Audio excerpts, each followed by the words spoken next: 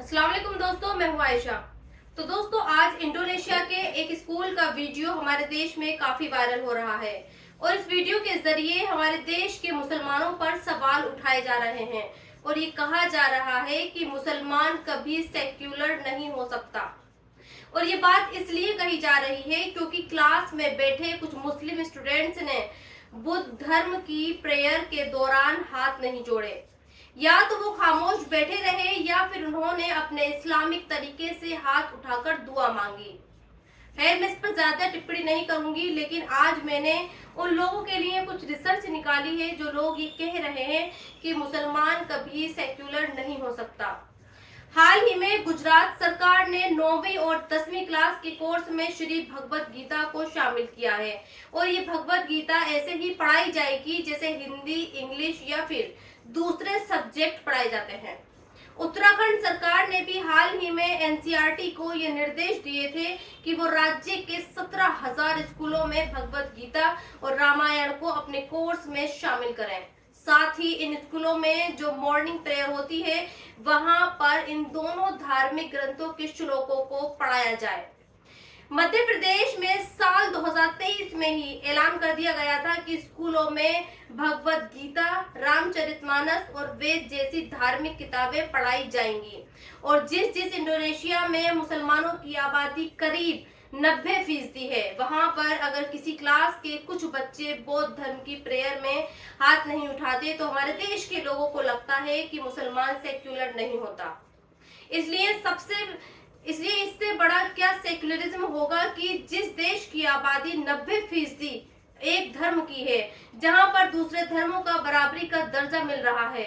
आप यकीन नहीं करेंगे, इंडोनेशिया का ये कानून है कि वहां के स्कूलों में बारी बारी से सभी धर्मों के धार्मिक ग्रंथों के हिसाब से प्रेयर होती है। और क्या आज ये मुमकिन है कि जिस तरह से स्कूलों में भगवत गीता के श्लोकों को प्रेयर में शामिल किया जाता है, उसी तरह से किसी स्कूल की प्रेयर में कुरान की आयतों को भी पढ़ाया जाए? खैर, आगे बढ़ते हैं और अब आपको एक इंटरनेशनल न्यूज बताती हूँ। कल यूनाइटेड नेशन की सिक्योरिटी काउंसिल की ओपन डिबेट में भारत ने दुनिया के सामने ये बात रखी कि पाकिस्तान में माइनॉरिटीज के साथ जुल्म हो रहा है।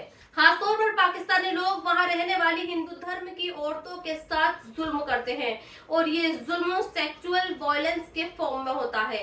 यानी पाकिस्तान में हिंदू धर्म और दूसरे धर्मों की औरतों के साथ सरेआम छेड़खानी की जाती है, उनका रेप किया जाता है और जबरदस्ती धर्म परिवर्तन करके उनसे शादी की जाती है। ये बात भारत के राजदूत ने यूनाइटेड नेशन में पूरी दुनिया को बताई। अच्छी बात है, ये नहीं होना चाहिए। कुरान की 3 अलग अलग सूरतें, सूरे अल इसरा, सूरे अल नूर और सूरे अल अहज़ाब, इन तीनों ही सूरतों में जिना को सबसे खराब चीज बताई गई है। सूरे अन-नूर में ये कहा गया है कि ए ईमान वालों, मर्दों से कह दो कि अपनी निगाह नीची करके रखो और अपनी शर्मगाहों की हिफाजत करें। सूरे अल इसरा में कहा गया है कि जिनाकारी के करीब भी ना जाओ। यानी कुरान ये कहता है कि इस्लाम में जिना तो बहुत बड़ी बात है, किसी गैर महरम को गलत निगाह से देखना भी गुनाह है। और अगर पाकिस्तान में ये हो रहा है तो फिर पाकिस्तान को वाकई अपने गिरेबान में झांकने की जरूरत है। लेकिन आज मैं भारत के राजदूत जिन्होंने पाकिस्तान का सच दुनिया को बताया, उन्हें कुछ और दिखाना चाहती हूँ। और मैं ये चाहती हूँ कि वो कभी अपने देश की खबरों को भी दुनिया के सामने रखें, क्योंकि यहाँ पर भी माइनॉरिटी जुल्म हो रहा है। मुस्लिम स्पेस नाम के एक ट्विटर हैंडल से इस खबर को पोस्ट किया गया है और ये बताया गया है कि कैसे असम में कुछ हिंदूवादी संगठन वहां रहने वाले बंगाली भाषा बोलने वाले मुसलमानों को बेदखल करने का अभियान चला रहे हैं। उनको उनके घर से निकाल रहे हैं और शहर छोड़ने को मजबूर कर रहे हैं। और सिर्फ यही नहीं, उन्हें बांग्लादेशी बताकर उन्हें पुलिस से गिरफ्तार भी करवा रहे हैं। कहने का मतलब यह है कि हमें पाकिस्तान में रहने वाले हिंदुओं की फिक्र है और हमें ये लगता है कि पाकिस्तान में हिंदू महफूज नहीं है, जबकि जिन घटनाओं के आधार पर हम ये सब कहते हैं वो घटनाएं हमारे अपने देश में भी हो रही हैं और सरेआम हो रही हैं। अब बात मुंबई की बारिश की करते हैं। इस वक्त मुंबई में जबरदस्त बारिश हो रही है। आपने भी बारिश से जुड़े बहुत सारे वीडियोस देखे होंगे। बारिश का पानी वहां तक पहुंच गया है जहां नहीं पहुंचना चाहिए।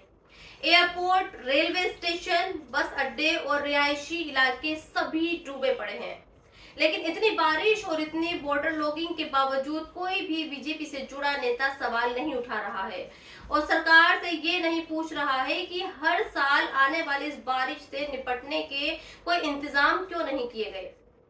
जबकि जब यही बारिश कर्नाटक या फिर बेंगलुरु में आती है तो वहां बीजेपी से जुड़े नेताओं और लोगों की तरफ से सोशल मीडिया पोस्ट की बाढ़ आ जाती है और हर कोई बॉर्डर लॉगिंग के खराब सिस्टम और राज्य सरकार को जिम्मेदार ठहराता है। लेकिन मुंबई की बारिश पर ऐसा कोई गुस्सा, नाराजगी देखने को अभी तक नहीं मिली है। आज मैंने आपके लिए कुछ रिसर्च निकाली है। मई के महीने में बेंगलुरु में जबरदस्त बारिश हुई और वहां कई इलाकों में पानी भरा। तो जानते हैं बेंगलुरु की इस बारिश पर वहां के सांसद तेजस्वी सूर्या, वहां के विपक्ष के सबसे बड़े नेता आर अशोक ने सीधे कर्नाटक की बेंगलुरु सरकार को जिम्मेदार ठहराया और ये सरकार पर आरोप लगाए कि सरकार ने बेंगलुरु के इंफ्रास्ट्रक्चर को अनदेखा किया, इसलिए बेंगलुरु में जगह जगह पानी भरा है। यहाँ तक कि बीजेपी के कुछ नेताओं ने बेंगलुरु में चूंकि झीलों को कम कर दिया गया है, इसलिए बेंगलुरु की ये हालत हो रही है। लेकिन महाराष्ट्र में बीजेपी खामोश है और उसे अब जगह जगह भरे पानी में सरकार और प्रशासन की कोई गलती नजर नहीं आ रही। और अब मैं आपको गाजा के एक वालिद, एक पिता और एक बाप का दर्द बताना चाहती हूँ। जिस शख्स को आप देख रहे हैं ये अशरफ मुफ्ती हैं। ये अपनी 10 साल की बच्ची आमना की कहानी आज दुनिया को बता रहे हैं और ये कह रहे हैं कि आमना का कसूर सिर्फ इतना था कि उससे प्यास बर्दाश्त नहीं हो रही थी और ये जानते हुए भी पानी लेने के लिए गई कि मौत का उसे सामना हो सकता है और हुआ भी वही। आमना पानी ही लेने तो गई थी जिस वक्त इजराइल का एक बम उस पर आकर गिरा और आमना के वहीं चीथड़े बिखर गए। आज आमना का बेबस बाप ये कह रहा है कि काश कोई तो उसके दर्द को समझे, काश कोई तो उसे इंसाफ दिलाए, काश कोई तो उसे इजराइल के जुल्मों सितम से गाजा के लोगों को छुटकारा दिलाए। लेकिन ये दुनिया बेरहम हो चुकी है। ये दुनिया आज रूस और यूक्रेन का युद्ध तो रुकवाना चाहती है, लेकिन जिस देश में, जिस मुल्क में हजारों बच्चे, हजारों औरतों और हजारों मर्द हलाक हो चुके हैं, उसके युद्ध को नहीं रुकवा रही।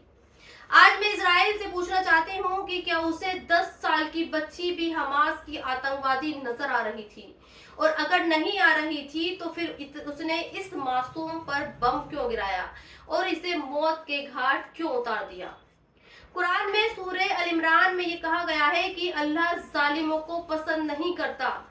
सूरह इब्राहिम में ये कहा गया है कि तुम ये न समझो कि अल्लाह जालिमों के कामों से गाफिल है, बल्कि अल्लाह तो उन्हें उस दिन तक टाल रहा है जिस दिन उनकी आंखें फटी की फटी रह जाएंगी। तो मैं बस गाजा के लोगों से यही कहना चाहूंगी कि अल्लाह के यहाँ देर है अंधेर नहीं। वो इजराइल के जुल्मों का हिसाब एक दिन जरूर बराबर करेगा और जब बराबर करेगा तो दुनिया देखती रह जाएगी। और जाते जाते एक और हदीस आपको बताती हूँ। अल्लाह जालिम को मोहलत देता है और शायद इजराइल को भी अल्लाह मोहलत दे रहा है, लेकिन जब अल्लाह की पकड़ होती है तो वो छोड़ता नहीं है। और आखिर मैं आपको उस खबर के बारे में बताती हूँ जिसकी आलोचना हर तरफ हो रही है और ऐसा लगता है कि इस आलोचना को सरकार और बीसीसीआई कान से सुन रही है और एक दूसरे कान से निकाल रही है। कल एशिया के लिए बीसीसीआई ने टीम इंडिया का ऐलान कर दिया और ये बता दिया कि अगले महीने एशिया कप में वो कौन कौन से खिलाड़ी होंगे जो टीम इंडिया की तरफ से खेलेंगे। लेकिन आज इस ऐलान पर हमारे देश में बहुत सारे लोग सवाल उठा रहे हैं और सवाल इसलिए उठा रहे हैं क्योंकि एशिया कप में एक मैच टीम इंडिया को पाकिस्तान से भी खेलना है। अगले महीने की 14 सितंबर की तारीख को दुबई में भारत और पाकिस्तान के बीच मैच खेला जाएगा। अब लोग ये कह रहे हैं कि क्या एक ऐसे देश की टीम के साथ खेलना सही है जिस देश पर हम आतंकवादी हमलों का इल्जाम लगाते हैं और जिस देश के बारे में हमारे देश के प्रधानमंत्री ये कहते हैं कि खून और पानी एक साथ नहीं बह सकता। तो फिर ऐसे देश के साथ क्रिकेट क्यों खेला जा रहा है और किस लिए खेला जा रहा है? क्यों बीजेपी की मोदी सरकार को पाकिस्तान के साथ क्रिकेट खेलने से पहले पहलगाम में जिन औरतों का सिंदूर उजड़ा है वो नहीं दिख रहा है?